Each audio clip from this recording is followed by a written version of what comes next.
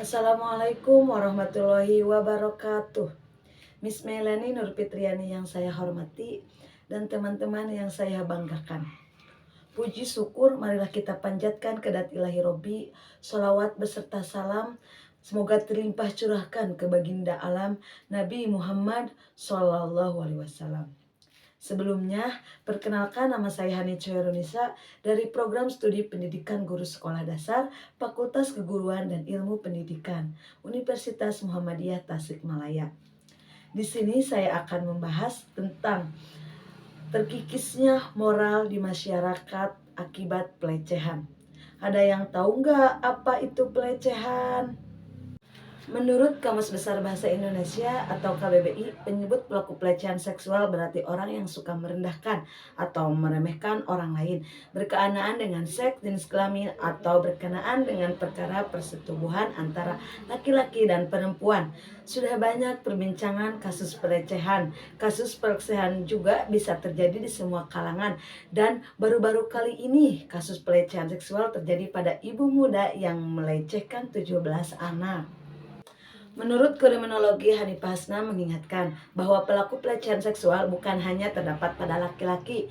Jangan salah ya, dunia sudah berubah. Kalau dulu pelaku pelecehan seksual itu terdapat pada laki-laki dewasa, sekarang bisa dilakukan oleh perempuan. Bahkan anak SD pun bisa melakukan kekerasan seksual. Perempuan bisa menjadi pelaku pelecehan seksual, walaupun jumlahnya tidak sebanyak pelaku laki-laki. Perempuan yang memiliki pelaku kekerasan seksual biasanya memiliki reaksi kuasa atau berkedudukan tinggi lebih dari korban.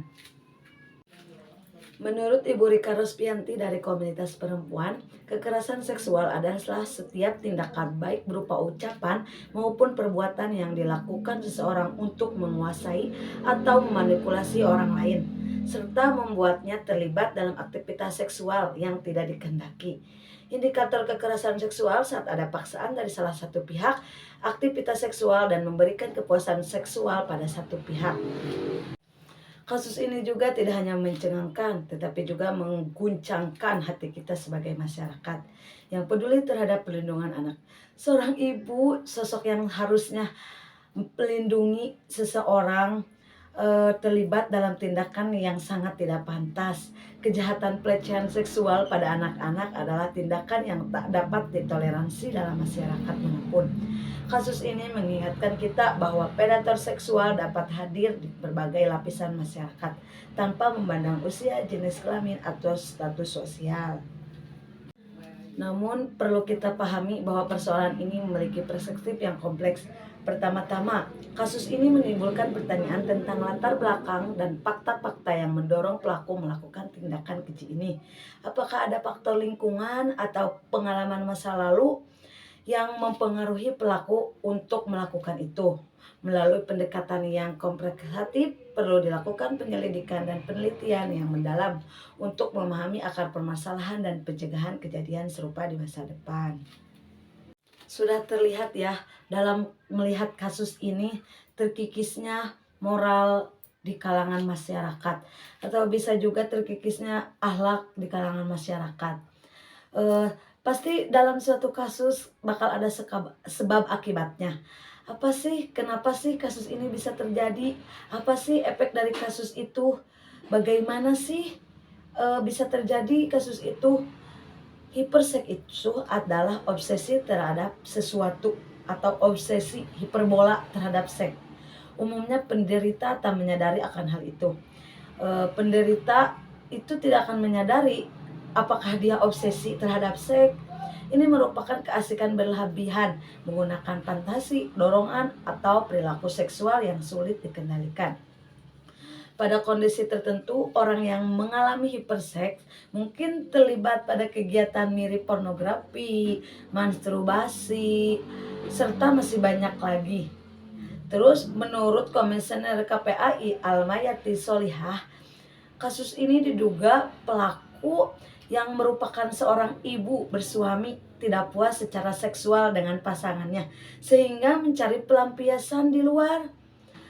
Sungguh moral di Indonesia terlihat dari kasus ini ya, moralnya di kalangan masyarakat semakin terkikis.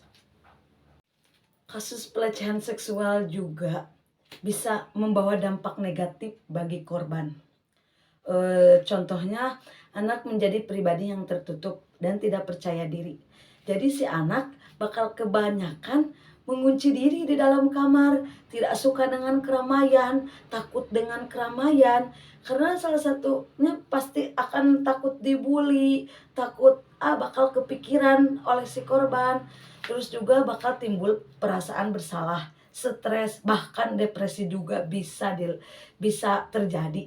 Soalnya selalu menyendiri, terus kepikiran, jadi stres, soalnya di pikiran terus bakal timbul ketakutan atau fobia tertentu, mengidap gangguan trauma secara habis kejadian itu.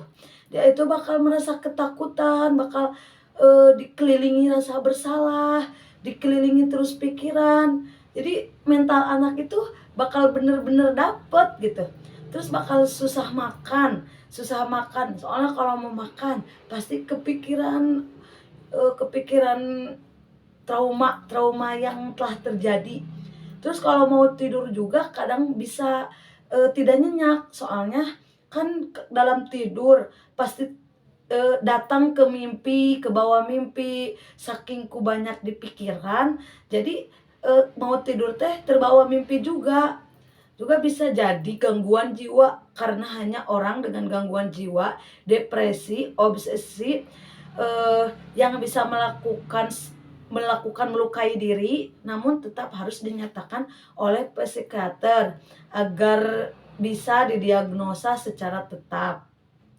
Jadi si anak teh bisa melukai diri kalau misalkan lagi menyendiri di kamar. Si korban itu bisa melukai diri sendiri, kayak mencoret-coret tangan, pakai cutter, ataupun apa yang bisa melukai dirinya sendiri. Selain untuk korban, pelaku juga mempunyai dampak tersendiri. Seperti pelaku bakal mudah marah.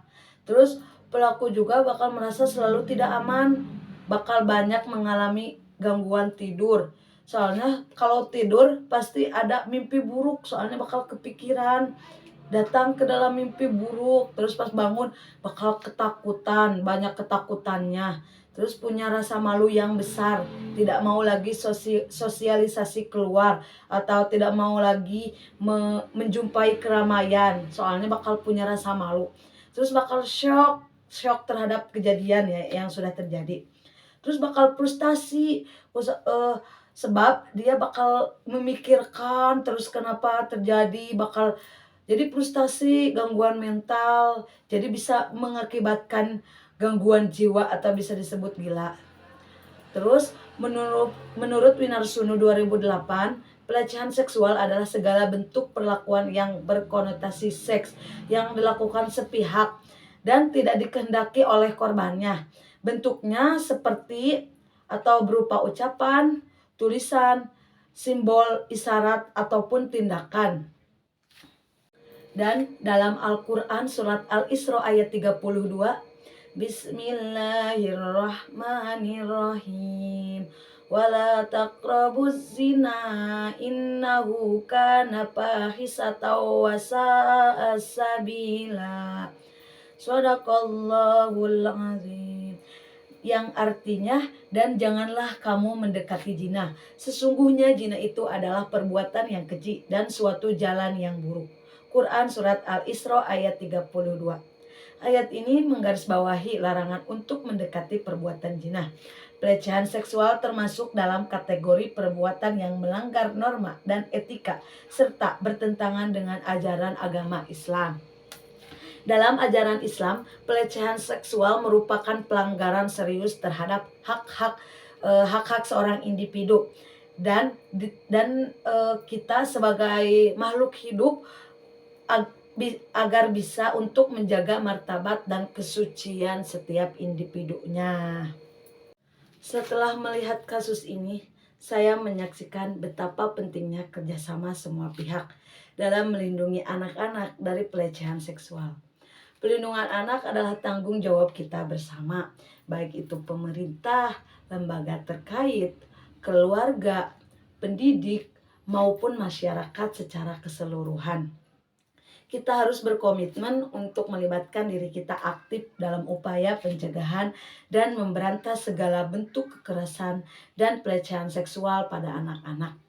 Dengan demikian, kita dapat menciptakan lingkungan yang aman dan mendukung bagi masa depan yang lebih baik bagi generasi penerus kita.